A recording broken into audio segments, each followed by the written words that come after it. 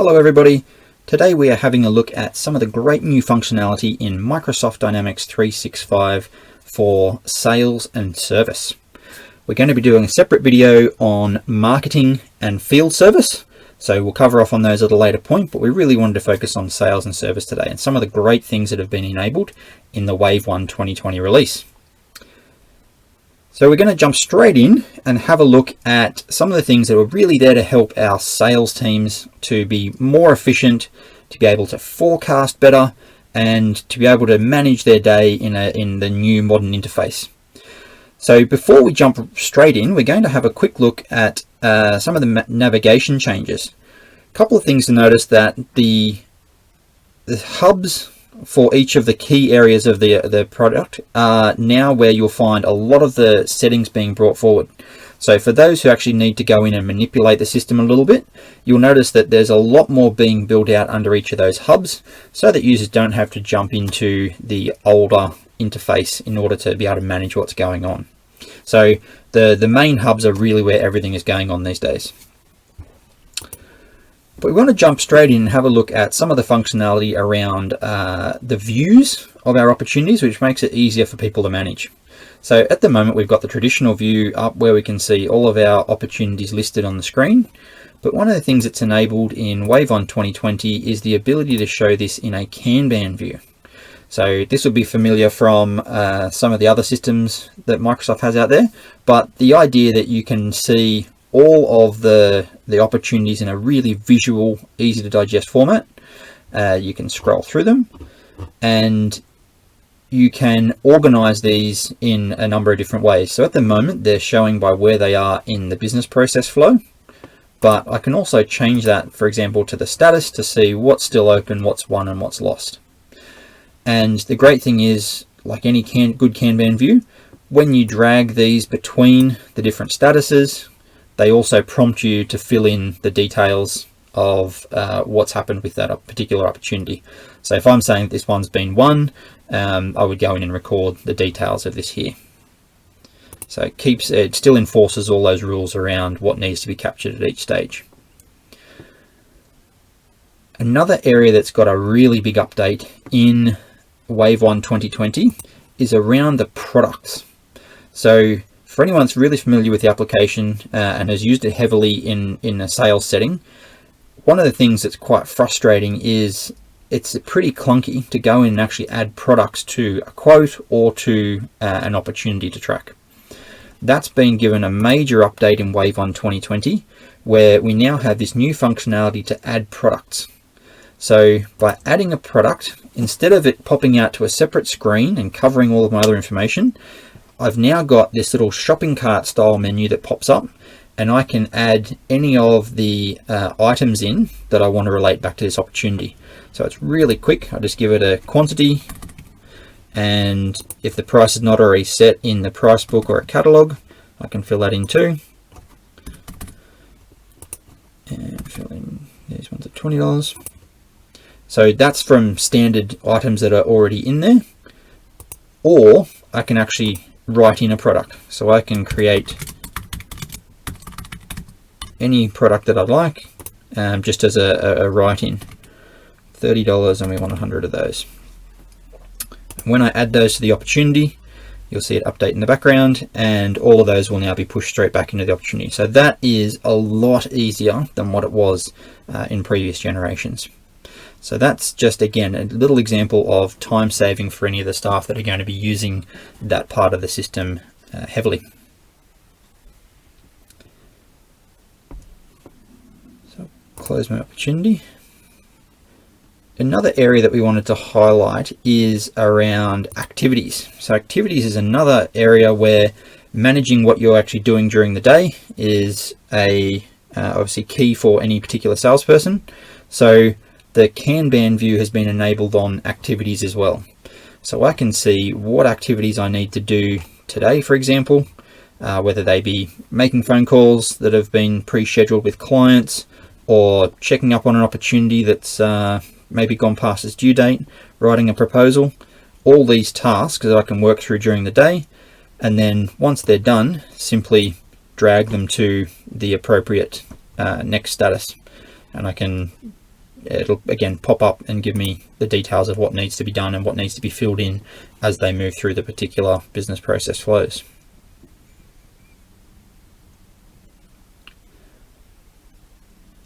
Another great little time saver that's been built into the Wave 1 2020 is to be able to is basically a whole new email experience.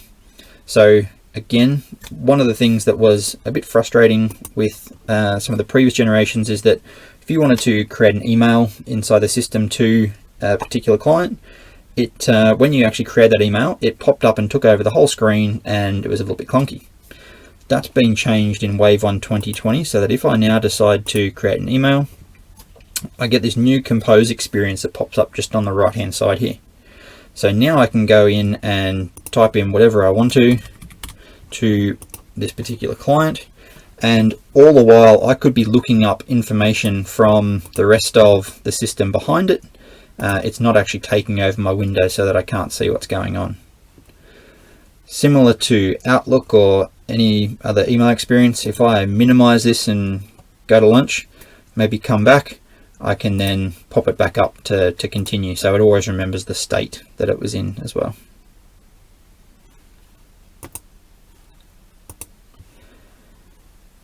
Another cool feature which has been added across a lot of areas of the system is the ability to generate PDFs. So if I have a look at most windows now, I can actually go in here and specifically create a PDF. And in this case, because I'm looking at accounts, it's going to give me the account summary PDF. And I have the option to save it, in which case it will save a copy into Dynamics 365, or I can download it straight away. If you save it, it's going to, by default, put it into Dynamics 365, or if you have enabled the integration to SharePoint as your records management system, it will push it across to SharePoint and save it over there. So if I save it, you'll see it's going to save it to the timeline, so I can go and refer back to that at any point. And this PDF functionality has been enabled on accounts, invoices, quotes, contacts, leads, and orders. So from any of those, you can go and see what's been added. If I have a look, I can see that now I've got my account summary PDF saved here. And if I click on that, it's going to let me, it's going to pop up and let me open it, which would be a great example. So if you've got someone else who's coming along to a sales opportunity, for example, an executive or someone else from the company that you're taking along with you, you can quickly give them the PDF, which would cover off on what they need to know about this particular account.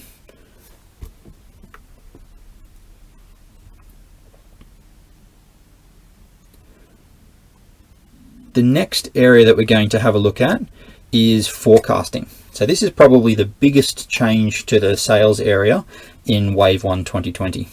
So I'm going to jump in and have a look at a lot of the settings and how you'd create these forecasts, and then we'll come back to the front end and see what the sales manager or the team using it would see.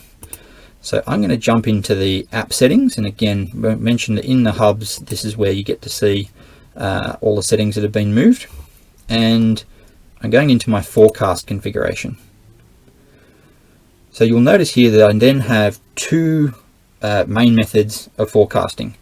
Either an org chart, so each individual is going to get a target, and that's going to roll up through their management structure in the hierarchy, or it might be based on a territory. So if I've got it set up to manage territories, I can assign a budget or a quota per territory, and again, that will roll up. So I'm going to show you an example of a team forecast that I've built, which is based on the individuals, so the organization structure. So when I come in and create this, you can see that it's going to give me some options around what I'm creating. It's going to track the opportunities, so all the data will be based on the numbers in the opportunity and how they roll up. And you can see here a preview of my organization structure based on who I've picked as the top of my hierarchy. So you can see that I've got Vivek as the top person that I'm tracking here, and I can see that he's got 3 direct reports, and one of those has 2 direct reports under them. So all of the numbers are going to roll up from each of these users to be visible at the top by Vivek. I can set my forecast period. So it might be a quarterly forecast, a monthly forecast, or an annual one. I set the time frame, when to start, and how many periods I'm going to forecast out. In the permissions area, I can allow other people in the organizations to contribute to the forecast. So by default, it had set it up just for the sales users to be able to access, but maybe I need some other users as well to have a look at it. I can enable that here as well. Once I've done that, I then actually get to set up what my view of this forecast is going to look like. So this is the view that we'll see when we're actually actively tracking that during the period. So you can see that I've added in a number of the standard fields here based on the different statuses of where an opportunity would be. And then one of the great things that's new is the ability to create custom fields or custom views. So this sales committed field here is actually a calculation that I've added in manually. So without having to program anything or go and actually create new fields in the back end of the system, this can be a calculation that's just displayed when we're looking at the forecast. So you can see I've created this as a calculated field. It's looking up on the currency, and I've just added everything that's in the committed stage plus what's already been won. So for a lot of organizations, when they're asking their users to say, what's actually going to close in this particular period, then it's what's already been won plus the opportunities they can commit to that are definitely going to fall within the period. So I can quickly add that as a calculation, it just walks me through it, and then that'll be shown in the view of the forecast once we're out there and using it. Once I've got my view sorted, I can go in here and activate it and actually upload the data so that everyone knows what their forecast is. And then of course, the rest of the users in the system can see how they're tracking against this. So I'm going to go back into the front end and have a look at it from a sales manager's perspective or a salesperson. So when I now come down here to forecasts, I can now see what the forecast looks like, and it's calculating all of the data in the system, looking at our opportunities, working out where they are, and then bringing them up into this view for me. So I can see that Vivek's got a quota. They've got the different users have a different quota. Some have got 50 grand for this quarter, and others have 20 because they've probably got management duties on top of that. And it's pulling through the information in our pipeline based on all of the opportunities in the system so that we can see what our period looks like. If we click on any user, it'll also let us drill down and see all of the opportunities that are rolling up into this view.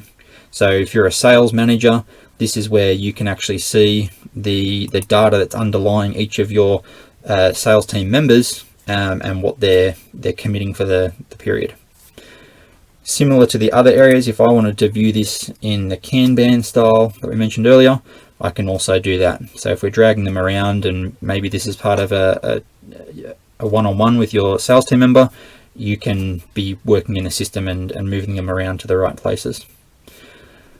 The other great feature, which is a bit of a time saver, is that when you or if you allow editing of this, people can actually adjust this in real time. So if I knew that some of the opportunities had maybe some upside where we're going to add a little bit extra to that one, or another opportunity wasn't going to come through and it looked like maybe they were going to take some of the choices out, we can adjust that so that the numbers that we're forecasting up to the organization are as accurate as we can make them.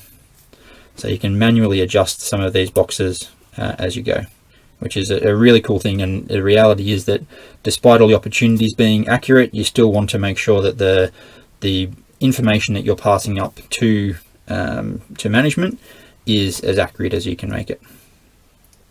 So forecast is entirely new in Dynamics 365 Wave 1 2020 and a great area for helping manage the sales area.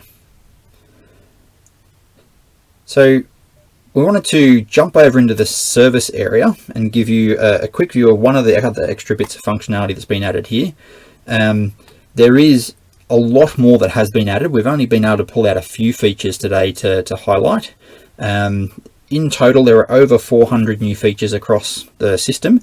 And if you consider that forecasting is considered one bit of functionality, that's a whole lot of change. So these are just some of the highlights, but I'm going to jump over into my service hub, into the customer service hub here, to show you another area that's being changed and something, a trend that I think will continue, which is these analytics and insights that have been added. So I'm in my area now looking at my customer service hat on, so managing all incoming cases and requests and making sure that our clients are happy. And there's some new reports that have been added in here, which are Power BI views of the data in the system. So as a user, these are not, I don't have to have an extra Power BI license to go in and have a look at these. These are just being made available to all the users in the system. So if, and I think that this is an area that's going to continue. There are a couple of cases throughout the other areas, so in particular field service as well, where there are new Power BI dashboards that have been added, and this is where you get to see all of the data that's going on. So you can see this is really your summary view of what's happening. So I can, if I'm looking at my case summary, I can see things like how many are incoming, how many are active, what our average handling time is, what our client satisfaction scores are, and then a breakdown of those over time. So there's some, customer satisfaction by priority or by subject.